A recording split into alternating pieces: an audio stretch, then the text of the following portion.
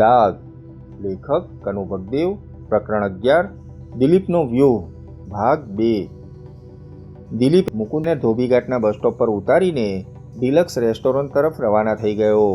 એ જેમ બને તેમ જલ્દીથી ડિલક્સ રેસ્ટોરન્ટમાં પહોંચીને સાધના સાથે વાત કરવા માંગતો હતો. બરાબર 20 મિનિટ પછી એ ત્યાં પહોંચી ગયો. રેસ્ટોરન્ટના હોલમાં પ્રવેશીને એણે ચારે તરફ નજર દોડાવી. એક ખૂણામાં બેઠેલી સાધના તેને દેખાઈ. એ આઈસ્ક્રીમ ખાતી હતી. દિલીપ લાંબા લાંબા ડગલા ભરતો એના ટેબલ પાસે પહોંચ્યો અને તેની સામે એક ખુરશી પર બેસી ગયો. સાધના સહેજ ભયભીત અને ગભરાયેલી છે એવો તેને ભાસ થયો. સાધના, એ કશીએ ભૂમિકા બાંધ્યા વગર બોલ્યો. હું તને જે કંઈ પૂછું એનો તું સાચો જ જવાબ આપજે. ખોટું બોલવાનો પ્રયાસ કરીશ નહીં.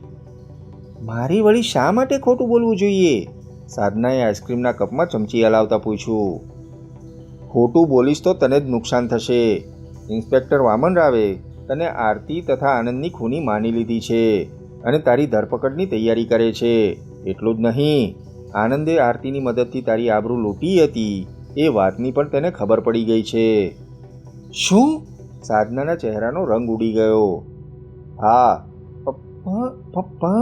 પણ આ વાતની તેને કેવી રીતે ખબર પડી? સાધનાએ થોથવાતા અવાજે પૂછ્યું. હું નથી જાણતો, પરંતુ આ વાતની ખબર પડતા જ વામનરાવ એવા પરિણામ પર પહોંચ્યો છે કે આનંદે આરતીની મદદથી તારી આબરૂ લૂંટી હતી, એટલે તે અજય સાથે મળીને એ બંનેના ખૂનો કરી નાખ્યા છે. એની માન્યતા બિલકુલ ખોટી છે, સાધના વિરોધભર્યા અવાજે બોલી. મેં કોઈનું ખૂન નથી કર્યું. ખેર, આજે તું આનંદને મળવા માટે ગઈ હતી? દિલીપે શોધપૂર્ણ નજરે તેની સામે તાકી રહેતા પૂછ્યું. ના, સાધના થોથવાતા અવાજે બોલી. એ દિલીપથી નજર ચોરવાનો પ્રયાસ કરતી હતી.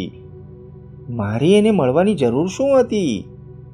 મારી સામે જોઈને વાત કર, દિલીપે કઠોર અવાજે કહ્યું. મારાથી નજર ફેરવવાનો પ્રયાસ ન કર. સાધનાએ માથું ઊંચું કરીને દિલીપ સામે જોયું. એ દિલીપની નજરનો તાપ ન ઝીરવી શકી.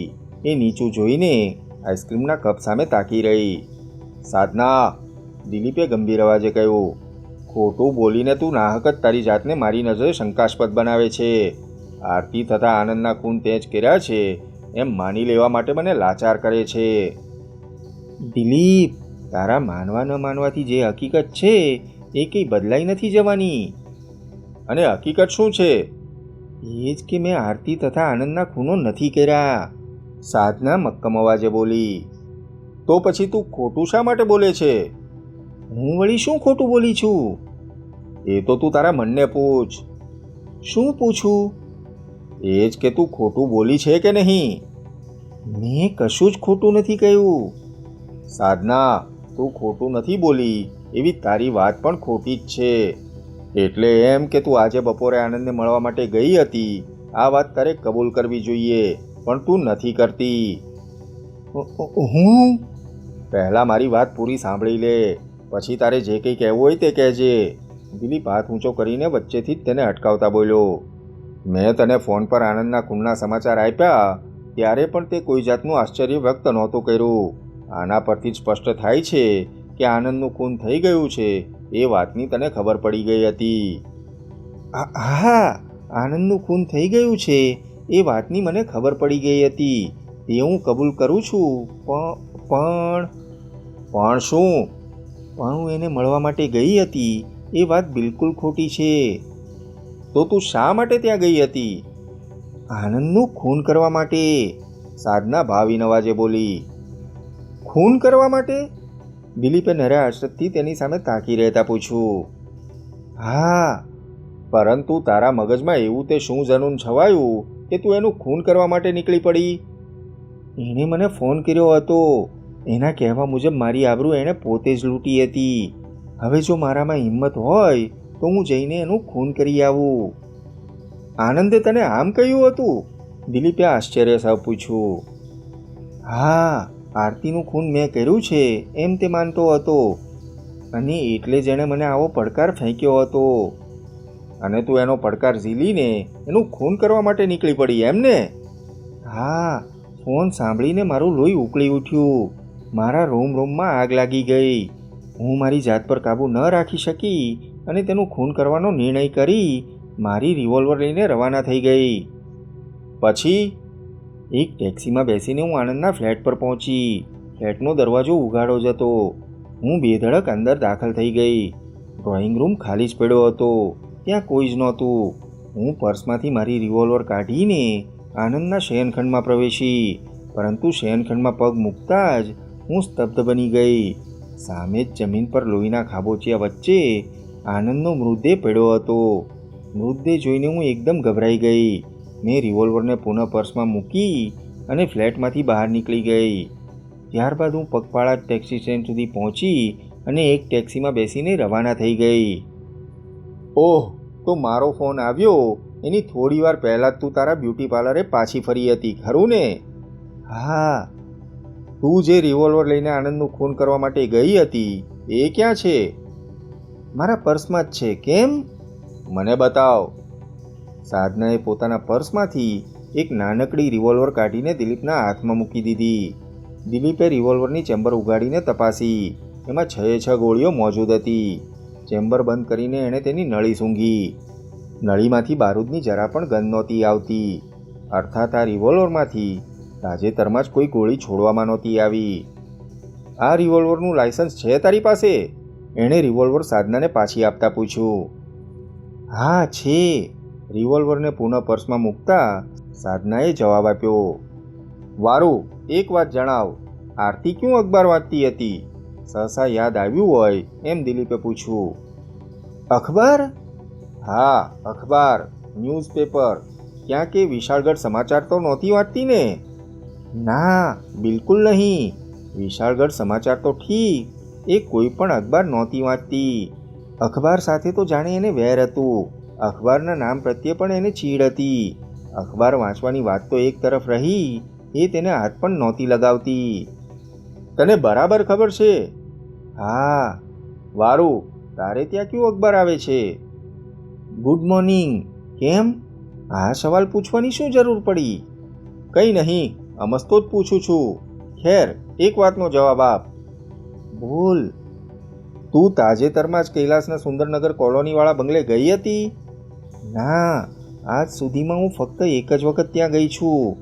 તે દિવસે જ્યારે આરતીએ મને ફોન કરીને ત્યાં બોલાવી હતી અને દગાથી વાત અધૂરી મૂકીને સાધના ચૂપ થઈ ગઈ.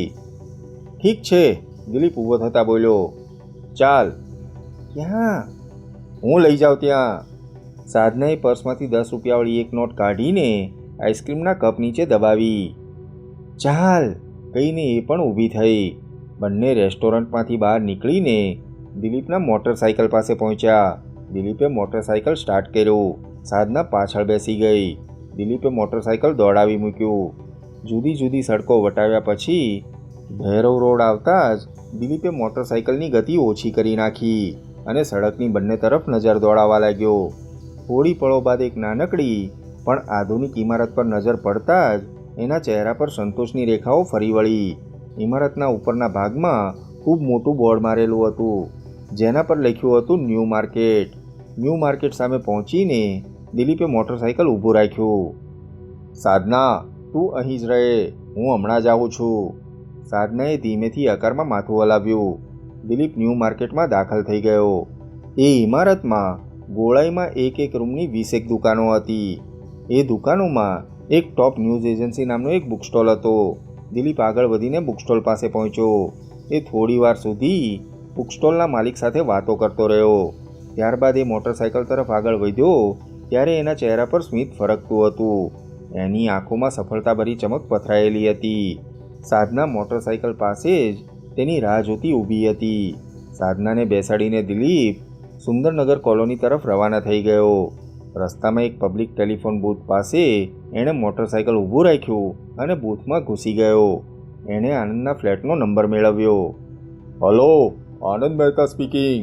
સામેથી જવાબ મળતા જ એણે એક રૂપિયાવાળો સિક્કો કોઈન બોક્સમાં પધરાવી દીધો. સામે છેડેથી બોલનારના અવાજને એણે તરત જ ઓળખી લીધો. એ અવાજ વામનરાવનો હતો. ભાઈ વામનરાવ, દિલીપ હસીને બોલ્યો. મૃત્યુ પામેલા માણસો ક્યારેય કોઈની સાથે વાત નથી કરતા. ઓહ, તો તું છો એમને? હા, હું જ છું, તારો દોસ્ત કેપ્ટન દિલીપ. દિલીપે નાટકીય ઢબે કહ્યું. જો દિલીપ, અત્યારે હું ખૂબ જ પરેશાન છું, માટે જે કંઈ કહેવું હોય તે જલ્દી અને સ્પષ્ટ રીતે કહી નાખ. તું શા માટે પરેશાન છો એ કહીશ? જરૂર. સાંભળ, સાધના ક્યાંક ગુમ થઈ ગઈ છે અને ક્યાંયથી તેનો પત્તો નથી લાગતો. જો હું સાધનાનો પત્તો જણાવી દઉં તો? તું સાધનાનો પત્તો જણાવી શકે તેમ છે?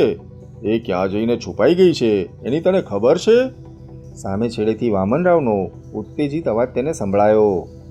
હા, એ નથી ક્યાંય ગુમ થઈ કે નથી ક્યાંય છુપાઈ ગઈ, દિલીપ ગંભીર અવાજે બોલ્યો. અત્યારે સાધના મારી સાથે જ છે. શું?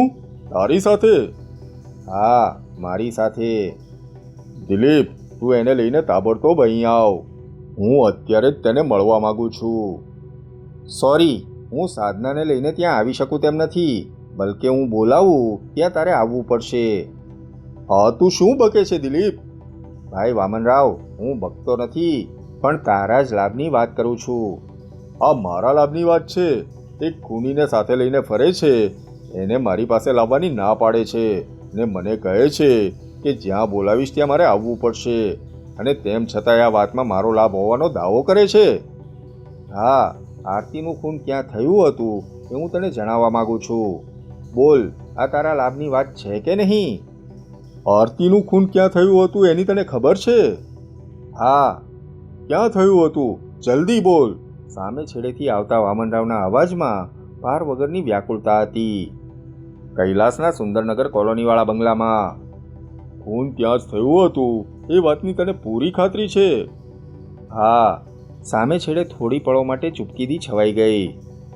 હલો દિલીપ. હા, બોલ. અત્યારે તું ક્યાંથી બોલે છે અને મને ક્યાં બોલાવવા માંગે છે? અત્યારે હું માઉથપીસમાંથી બોલું છું અને આરતીનું ખૂન થયું હતું ત્યાં જ તને બોલાવવા માંગુ છું. અર્થાત કૈલાસના સુંદરનગર કોલોનીવાળા બંગલે? હા, અને આ કેસ સાથે સંકળાયેલા બાકીના લોકોને પણ સાથે લેતો આવજે. બાકીના લોકોને એટલે કોને?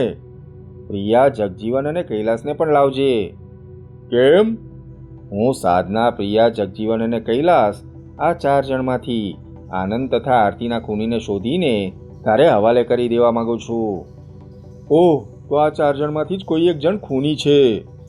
હું માનું છું ત્યાં સુધી છે, કહીને દિલીપે રિસીવર ઉપર લટકાવ્યું. બહાર નીકળીને એને મોટરસાયકલ સ્ટાર્ટ કર્યું અને સાધના સાથે સુંદરનગર કોલોની તરફ રવાના થઈ ગયો.